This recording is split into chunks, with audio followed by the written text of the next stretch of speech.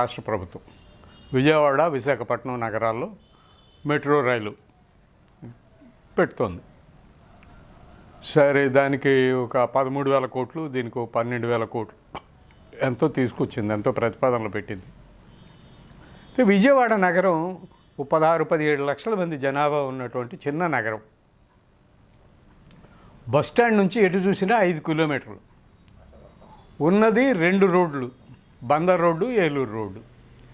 ఈ 2 రోడ్లలో 2 కారిడార్లు అని చెప్పి ప్రకటించే ప్రభుత్వం. అదే ఏలూరు రోడ్డు కారిడారు బస్టాండ్ నుంచి గన్నవరం వరకు పొడిగించింది. అలాగే బందర్ రోడ్డు కారిడార్ని బస్టాండ్ నుంచి కంకిపాడు వరకు, పెనులూరు వరకు ప్రతిపాదన చేసింది. ఇదంతా చూస్తే ఏమవుతుందంటే, ఏలూరు రోడ్డు కానీ బందర్ రోడ్డు కానీ చాలా చిన్న రోడ్లు. ఈ రోడ్లను ఇప్పుడు మెట్రో కోసం తవ్వడం మొదలేస్తే అది ఎంతకాలానికి పూర్తవుతుందో తెలియదు, కానీ నగర ప్రజలకు మాత్రం అది నరకమే కనపడుతుంది ఖచ్చితంగా. ఎంతకాలానికి పూర్తయితే అంతకాలం నరకం అనుభవించాల్సిందే.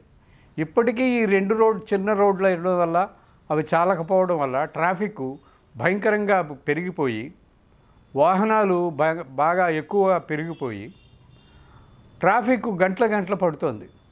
బస్టాండ్ నుంచి బెంజ్ సెంటరు 3 కిలోమీటర్లు 4 కిలోమీటర్లు ఉంటుంది. బస్టాండ్ నుంచి రామర్పాడు రింగ్ రోడ్డు 5 కిలోమీటర్లు ఉంటుంది.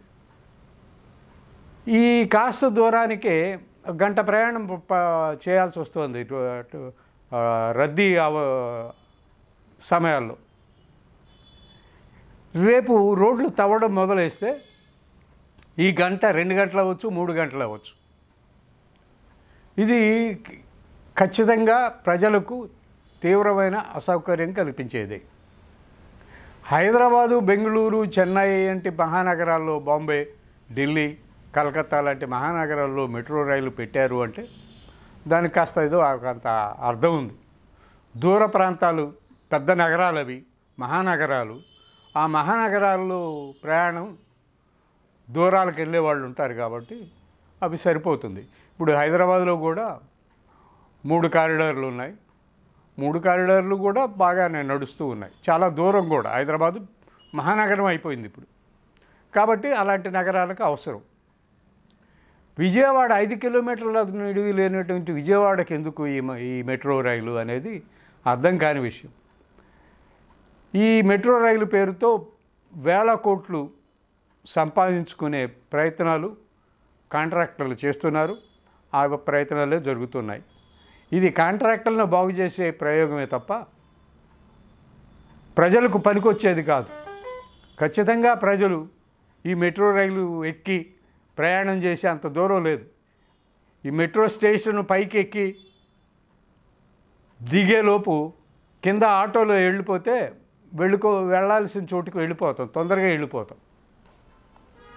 కానీ ప్రభుత్వం మాత్రం చాలా ఎచ్చుకుపోయి విజయవాడలో 2 కారిడార్లు, విశాఖపట్నంలో 3 కారిడార్లు ప్రతిపాదనలు చేసింది.